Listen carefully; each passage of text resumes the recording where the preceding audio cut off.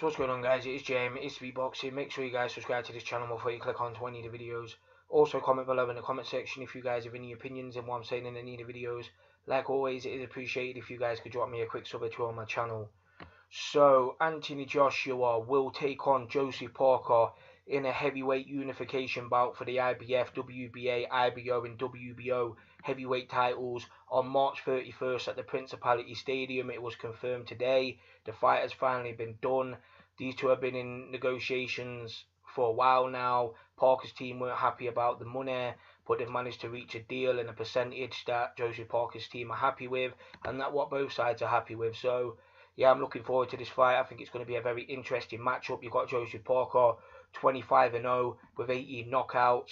His last few performances, Joseph Parker, you know what I mean, ever since he's become champion, haven't really been the best, you know what I mean. Like early on in his career, he was looking like a dangerous knockout artist. He was bowling guys over, but ever since he's become a world champion, you know what I mean, he hasn't really had the best performances. He managed to beat Andy Ruiz for the title by majority decision. Then he beat that Kajanu guy in a voluntary defence. Then he fought Hughie Fury, his mandatory, and got a majority decision in the UK. A lot of people felt it was controversial, but I felt that Joseph Parker just did enough to win the fight against Hughie Fury. But I understand why people had Hughie Fury winning the fight. So yeah, I think this could be a very interesting fight. You've got Anthony Joshua, who is the unified heavyweight champion right now, the money man in the division, the guy who everyone's excited about, 20 knockouts and 20 victories, and people see this being his real test.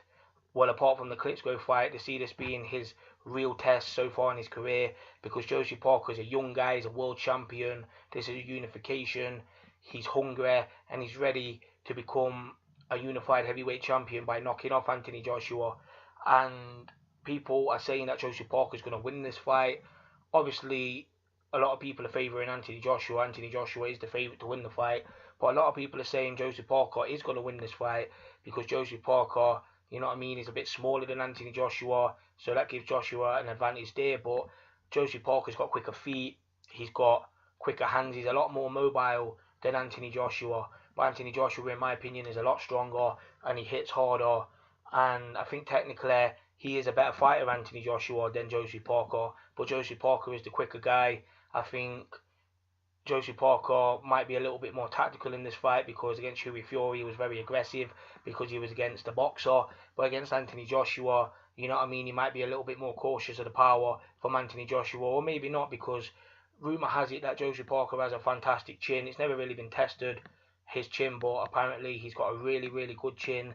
This is what his trainers are saying, this is what his promoters are saying, this is what Bob Arum's saying, that this guy has a granite chin. So it'll be interesting to see if Anthony Joshua can test it, and if Anthony Joshua can't put a dent in it, then it could be a very interesting fight that could turn in Joseph Parker's favour, because Anthony Joshua does seem to gas in fights, but apparently he's going to be weighing less for this fight. This is what Anthony Joshua and his team are saying, he's going to be weighing less for the fight, because against Carlos Takam and against Vladimir Klitschko, he was in the 250s, but in this fight he'll be going back down to the 240s, and that might give Anthony Joshua some speed back and stuff like that, what he will need in the fight against Joseph Parker.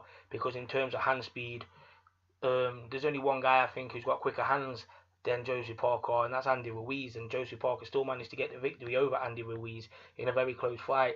But Joseph Parker's probably got some of the quickest hands in the heavyweight division, so Anthony Joshua is going to need a little bit more speed in this fight. But obviously Anthony Joshua is very physically strong, and he'll be looking to impose that on Joseph Parker. And a lot of people are saying that Anthony Joshua is just going to bowl him out in the first 3 or 4 rounds, and that could be the case, because Anthony Joshua is very heavy-handed. He can take guys out in the first few rounds. We've seen it before.